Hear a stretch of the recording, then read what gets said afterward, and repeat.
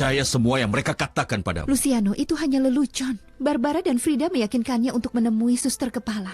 Dan anak polos itu pergi ke sana dengan niat yang baik. Tapi ketika niat baiknya digunakan untuk menipunya, kita tidak boleh memujinya. Kita harus mengajarinya. Tapi sayangnya saat itu suster kepala umum sedang memeriksa sekolah. Dalam semua ini, keponakanku hanyalah korban. Akulah korbannya.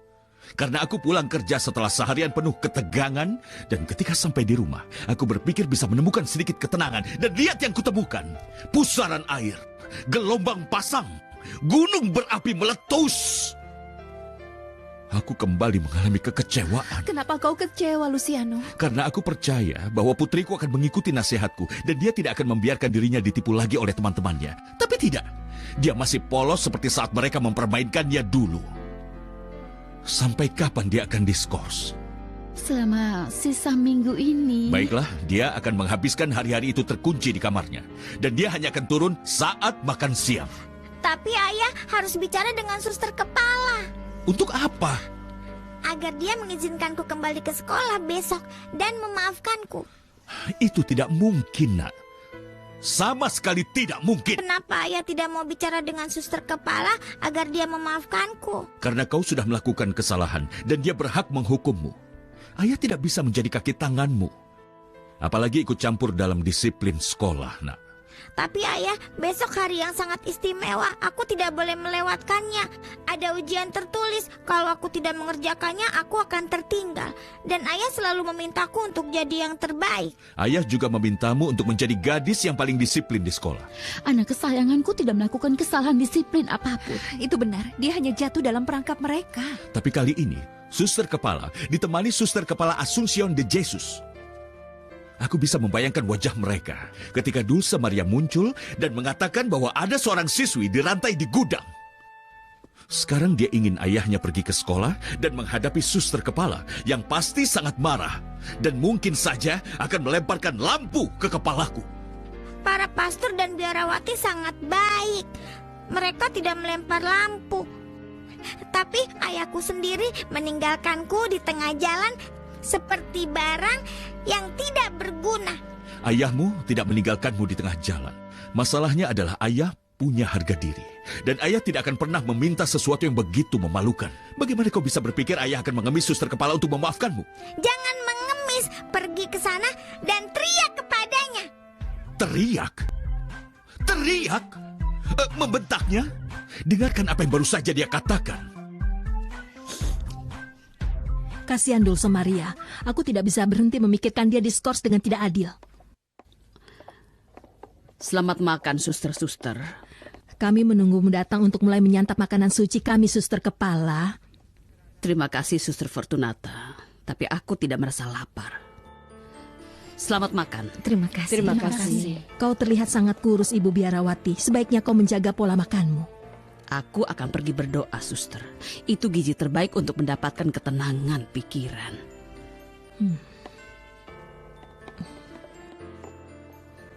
Akan ada ujian besok. Iya benar. Jika Barbara, Frida, dan Dulce Maria tidak datang, mereka bisa gagal tahun ini. Mungkin suster tidak tahu karena masih baru di sekolah ini. Tetapi teman-teman dari Dulce Maria seringkali memanfaatkan keluguannya untuk menjebaknya. Aku tahu sesuatu tentang itu, Tuan Larios. Tapi bagaimanapun juga, kepercayaan yang terlalu besar ada batasnya. Aku sangat setuju. Putrimu tidak hanya datang untuk menegurku karena aku merantai seorang siswi di gudang, tapi dia melakukannya di depan suster kepala Asuncion de Jesus.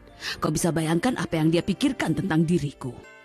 Itulah sebabnya, aku di sini bukan untuk meminta pengampunan, tapi hanya untuk menunda hukuman dan mengizinkannya mengikuti ujian besok. Dulce Maria adalah siswa yang baik, dan aku tidak ingin nilai rata-ratanya turun. Dengar, jika aku memenuhi permintaanmu, artinya aku akan membuat perbedaan, karena anak-anak lain juga dikenai sanksi. Apa suster tidak bisa menunda hukuman untuk mereka bertiga? Itu ide yang bagus.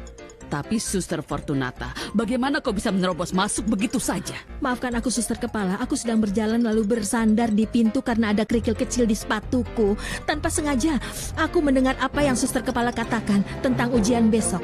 Itu sangat penting. Aku tidak tahu. Seluruh situasi di depan Suster Kepala Umum membuatku sangat tegang. Tidak ada yang lebih baik untuk meredakan ketegangan selain mandi air dingin. Suster Fortunata, kelancangan macam apa ini? Apa Suster Kepala lebih suka air suam-suam kuku? Ayah butuh banyak usaha untuk meyakinkannya. Tapi akhirnya Suster Kepala Lucia setuju. Kau mengikuti ujian besok dan melakukan hukumanmu minggu depan. Terima kasih, Ayah. Tapi hukuman yang ayah berikan akan berlanjut pada hari Sabtu dan Minggu.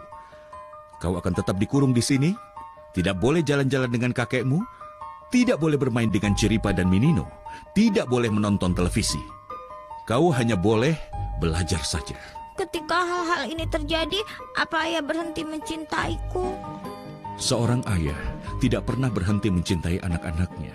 Tapi kau harus mengerti bahwa ayah tidak bisa tersenyum kalau kau melakukan hal-hal seperti ini. Saat melihat Ayah marah, aku merasakan sesuatu di perutku ini. Meskipun aku masih muda, aku ingat ibuku tidak pernah marah padaku. Kau memiliki dua ibu. Yang satu sudah tiada dan yang satu datang untuk menggantikannya. Dan keduanya sama. Keduanya membelamu, bahkan jika kau berbuat salah. Aku sangat beruntung punya dua ibu, meskipun salah satunya sudah tiada. Ibumu Angelica mengawasimu dari surga, dan ibumu Cecilia melindungimu di bumi. Dia terus menjadi kaki tanganmu, seperti saat dia menjadi gurumu di sekolah. Aku suka melihat foto ibuku, tersenyum dan tersenyum. Aku sering bertanya pada diriku, apakah ibuku juga tersenyum di surga? Pasti begitu, nak. Saat seseorang mengejekku, saat aku dapat masalah besar, apa menurut Ayah ibu marah padaku seperti Ayah? Pasti sangat menyakitkan bagi ibumu Angelica melihatmu dihukum. Itu juga menyakitkan bagi ayah. Aku membuat ibuku menderita di surga, dan aku membuat Ayah menderita di bumi. Betapa buruknya aku. Kau bukan anak yang buruk. Tapi di usiamu kau seperti tanah liat dan ayah harus membentukmu. Jadi aku tidak punya bentuk.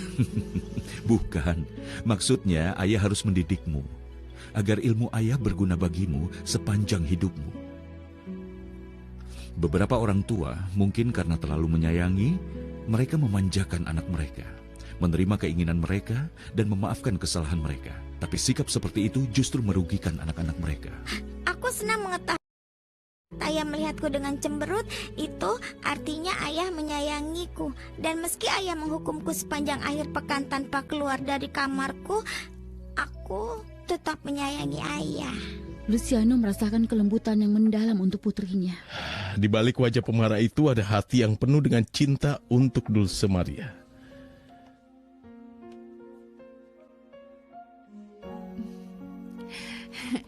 Kau ingin memaafkan putri kita, kan? Siapa bilang? Saat aku memberikan hukuman, aku tidak pernah mundur. Dan kau sangat salah jika berpikir kau bisa membujukku melakukan yang sebaliknya.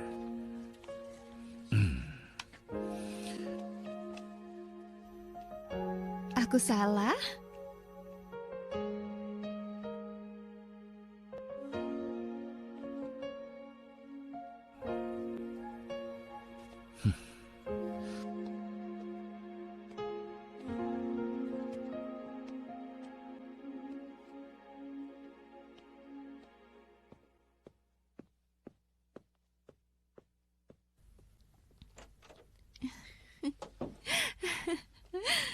Bukankah kau bilang aku salah, sayang?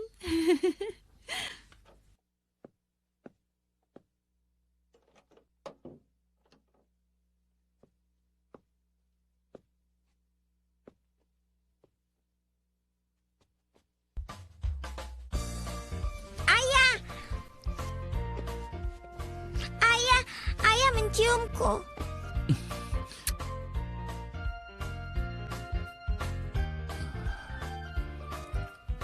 Ayah pikir ayah mendengar suara tadi. Jadi ayah datang untuk melihatnya. Tapi ayah, kalau ayah hanya datang untuk memeriksa, kenapa ayah menciumku? Ayah pikir kau pasti sedang gelisah.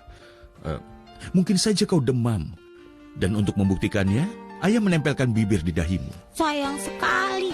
Aku pikir ayah datang untuk mencuri ciuman. Itu sangat konyol. Ayah tidak pernah mencuri apapun. Sayang, Ada apa?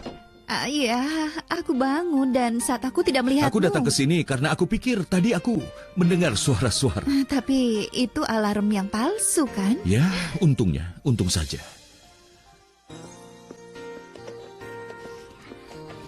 Ibu, ayah bilang dia menempelkan bibirnya di dahiku untuk melihat apakah aku demam. Tapi ayah menciumku.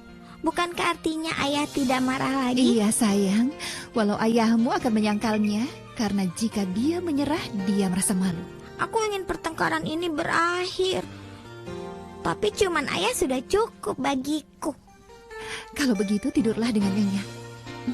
Kau punya ayah terbaik di seluruh dunia.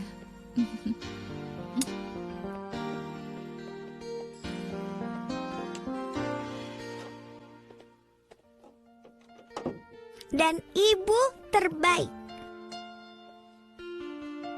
Dua ibu terbaik.